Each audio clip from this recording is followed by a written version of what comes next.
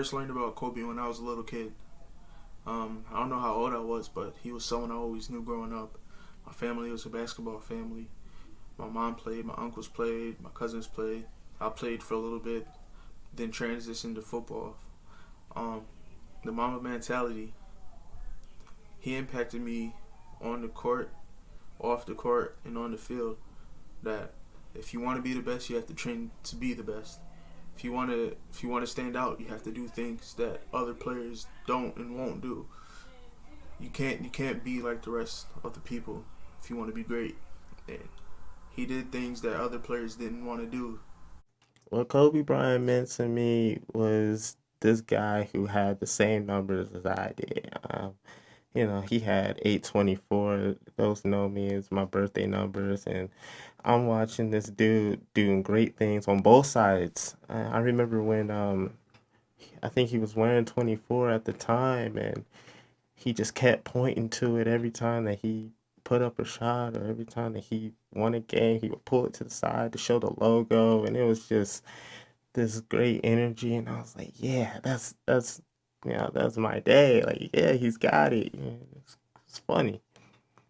So I remember when Kobe was drafted into the league, a 17-year-old, and he was kind of, you didn't know too much about him. It wasn't that hype. It wasn't the LeBron hype, right? Remember, he forced the Charlotte Hornets to trade him to Los Angeles, and he was a sixth man initially, right? But you saw the swagger, you saw the confidence. I specifically remember that Utah series where he airballed those threes late, and I remember, Shaq and them consoling him, and it's what's the saying? First they love you, then they hate you, then they love you again. And you saw Kobe through his career kind of go through that process where they loved him, 17-year-old, the flashy dude. And then he went through his trials and tribulations, obviously, with the Colorado thing and the Shaq thing, where he went from, the most exciting young star in the league to the biggest villain of the league. And then it came back full circle towards the end of his career where he was so loved. And yeah.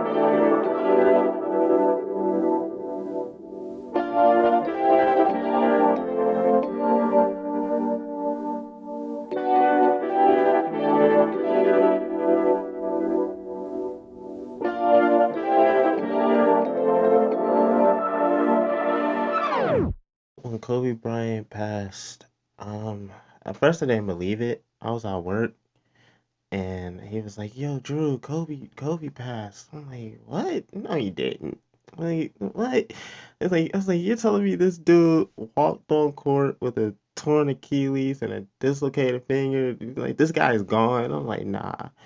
Then I started looking on my phone, and I was just like, "Yo, we just saw him 2 games ago. Like, what are you? What?" And I'm thinking, like Kobe, like it's like in our heads. We imagine Kobe grabbed everybody and jumped out before it went down. It didn't happen, and just wow, just felt unreal. His passing was unexpected. No one expected it. I didn't think it was real at first. I thought people were trolling. I thought it was a lie. And then I saw the news and post on the internet. Still to this day, you can't believe it. You're just speechless about it. It hit particularly hard with me. I have a 13-year-old daughter who is an aspiring basketball star as well, man. So we were on our way to get her shoes for the season, Curry 7s, when the news broke, and I was just like, first, I don't know. For me, the process is why, and what is this? And then as it carries through, man, it's just it's devastating. And again, I don't have a lot of work.